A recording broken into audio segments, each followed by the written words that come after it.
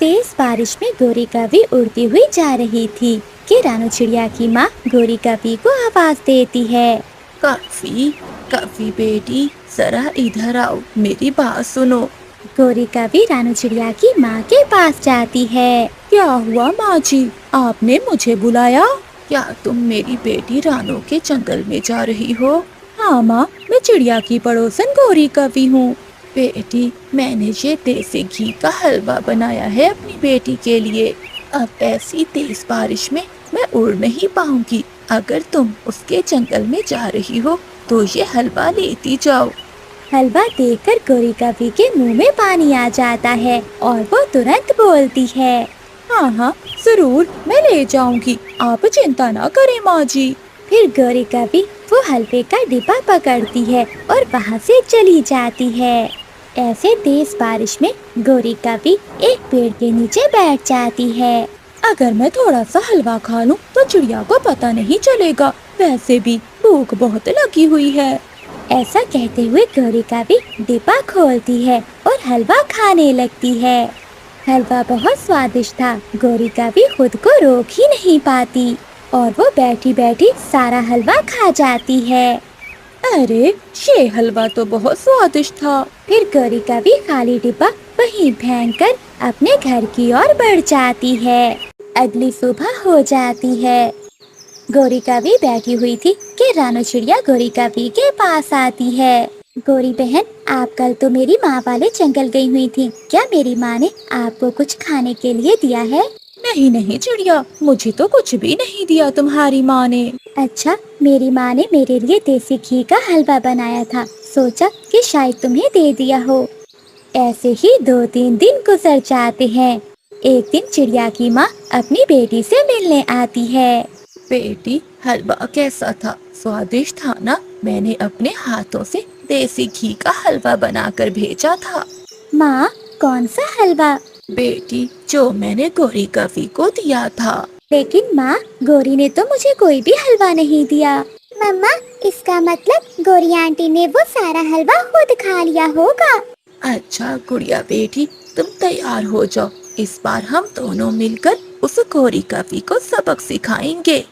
गुड़िया और उसकी नानो घर से निकलती हैं। वो दोनों पहाड़ों की ओर जाती हैं। वहाँ पेट खराब करने वाली बूटियों के कुछ पत्ते गुड़िया की नानो तोड़ लेती है। नानो नानो, हम इन पत्तों से क्या करेंगे? क्या ये पत्ते हम गोरी आंटी को देंगे? गुड़िया बेटी, तुम बस देखती जाओ। फिर गुड़िया की नानो मिठू हलवाई की दुकान पर जाती है और वो मिठू से कुछ गुलाब जामुन लेती है। अपने घर आकर गुड़िया की नानो पत्तों का रस गुलाब जामुन में मिला देती है। लो बेटी, काम हो गया, अब देखना उस काली कवि को सजा जरूर मिलेगी। फिर गुड़िया की नानो गुड़िया के कान में एक बात बताती है। गुड़िया हंसने लग जाती है। गुड़िया वो गुलाब जामुन लेकर गोरी कवि के पास जाती है और उसे कहती है, गोरी आंटी, ये गुलाब जामुन मेरी मम्मा ने बनाए हैं, क्या आप ये गुलाब जामुन मेरी नानो को दे देंगी? गोरी कवि गुलाब जामुन देखकर बहुत खुश हो जाती है। हाँ हाँ गुड़िया, क्यों नहीं, ऐसे काम तो मैं बहुत शौक से करती हूँ। मैं आज ही तुम्हारी नानो के जंगल में जाने वाली थी। मैं घूमूंगी फिरूंगी और तुम्हारी नानो को ये गुलाब जामुन भी दे आऊंगी। गुड़िया की नानो पेड़ के पीछे बैठी ये सब देख रही थी। फिर गोरी कवि गुड़िया से गुलाब जामुन लेकर वहाँ से चली जाती है। गुड़िया बेटी, जाओ आप अपनी मम्मा को भी बुला लाओ, वो भी गोरी का तमाशा देखेगी। फिर गुड़िया जल्दी से अपने घर जाती है। मम्मा मम्मा, जल्दी चलिए, आज आपको बहुत मजा आने वाला है। गुड़िया, बताओ तो सही, क्या हुआ है? मम्मा, मैंने और नानो ने पेट खराब करने के पत्ते गुलाब जामुन में मिलाकर गोरी आंटी को दे दिए हैं। फिर गुड़िया अपनी मम्मा को साथ लेकर घर से निकलती है। गोरी कवि उड़ती हुई नदी के पास चली जाती है। वो नदी किनारे जाकर बैठ जाती है। पागल छोटी चिड़िया, शायद मुझे जानती नहीं है, मैं कवि हूँ, गोरी कवि। ये गुलाब जामुन तो अब मेरे हैं। ऐसा कहते हुए गोरी कवि वहीं बैठकर गुलाब जामुन खाने लगती है। एक एक करके गोरी कवि सारे ही गुलाब जामुन खा लेती है।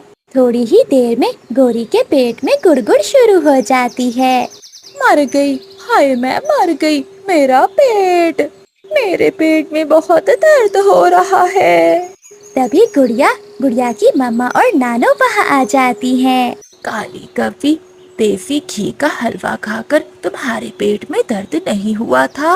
अब पता चला मुझे भी गुड़िया की नानो कहते हैं। मैंने गुलाब जामुन में पेट दर्द करने की जड़ी बूटी मिलाई हुई थी। मैं मर गई, बचाओ बचाओ कोई मुझे। ऐसा कहते हुए गौरी कभी वहाँ से भागती है और वो सीधा शौचालय जाती है। वो कभी बाहर आती है तो कभी फिर से शौचालय जाती है। चिड़िया और उसकी नानो गौरी को देखकर खूब हंस रही थी। ऐसे गौरी कभी को सजा मिलती है।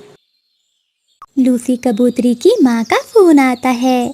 लूसी बेटी, मैं कल सुबह तुम्हारे पास आ रही हूँ। ये सुनकर लूसी कबूतरी बहुत खुश हो जाती है। माँ, मैं आपके खाने के लिए क्या बनाऊं?